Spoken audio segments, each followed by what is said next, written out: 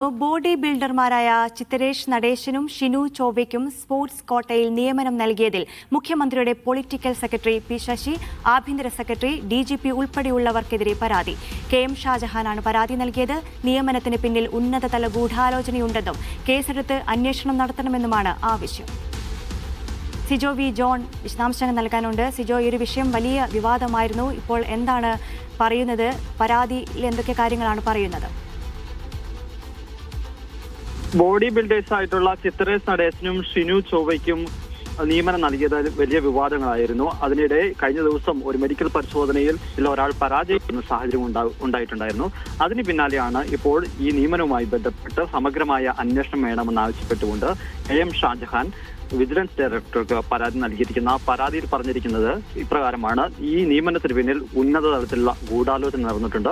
ഇതുമായി ബന്ധപ്പെട്ട മുഴുവൻ ഫയലുകളും പിടിച്ചെടുക്കണമെന്നൊരാവശ്യമാണ് മുന്നോട്ട് ചെയ്തിരിക്കുന്നത്. ഇതിൽ പ്രധാനമായും ഇടപെടൽ നടത്തിയിരിക്കുന്നതെന്ന് പറയുന്നത് മുഖ്യമന്ത്രിയുടെ പൊളിറ്റിക്കൽ സെക്രട്ടറി ആയിട്ടുള്ള പി ശശിയുണ്ട്. അതോടൊപ്പം തന്നെ ആഭ്യന്തര സെക്രട്ടറി ഉണ്ട്, DGP ഉണ്ട്. ഇവിടെ എല്ലാവരുടെയും ഒരു ഗൂഢാലോചനയുടെ ഭാഗമായിട്ടാണ് ഇത്തരത്തിലുള്ള നിയമനം നടന്നിരിക്കുന്നത് എന്നുള്ളതാണ് ഈ പരാതിയിൽ ചൂണ്ടിക്കാണിക്കുകയും ചെയ്തിരിക്കുന്നത്. ഇതിൽ സ്വാഭാവികമായി ഒരു പ്രാഥമിക പരിശോധന നടത്തിയതിനു ശേഷമായിരിക്കും ഇതിൽ അന്വേഷണം വേണോ അല്ലെ കേസെടുക്കണം ഉൾപ്പെടെയുള്ള കാര്യങ്ങളിലേക്ക് വിജിലൻസ് ഡയറക്ടർ കടക്കുകയും ചെയ്യുക. ഏതായാലും ഈ നിയമനം എന്ന് പറയുന്നത് ഈ ചിത്തരേഷ് നടേശനും അതോടൊപ്പം തന്നെ ഷിനു ചോവയ്ക്കും കൊടുത്തിരിക്കുന്ന നിയമനം എന്ന് പറയുന്നത് നിയമവിരുദ്ധമാണെന്നുള്ള ഒരു ആക്ഷേപം നേരത്തെ തന്നെ ഉയർന്നിരുന്നു. സാധാരണ ഈ ബോഡി ബിൽഡേഴ്സ് ഒക്കെ ഉള്ള ആളുകൾക്കൊന്നും സ്പോർട്സ് കോട്ടയിൽ പോലീസിൽ നിയമനം നൽകാറില്ല.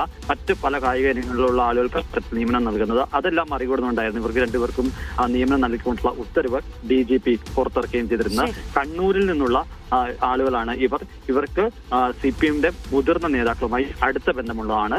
അതുകൊണ്ടാണ് ഈ എതിർപ്പ് മറികടന്നുകൊണ്ട് മുൻ DGP-യുടെ ഉൾപ്പെടെ എതിർപ്പ് മറികടന്നുകൊണ്ട് മന്ത്രിസഭ യോഗം ഇവർക്ക് നിയമനം നൽകാൻ വേണ്ടി തീരുമാനമെടുക്കുന്നതായിരുന്നു ഉയർന്നിരുന്ന ആരോപണം.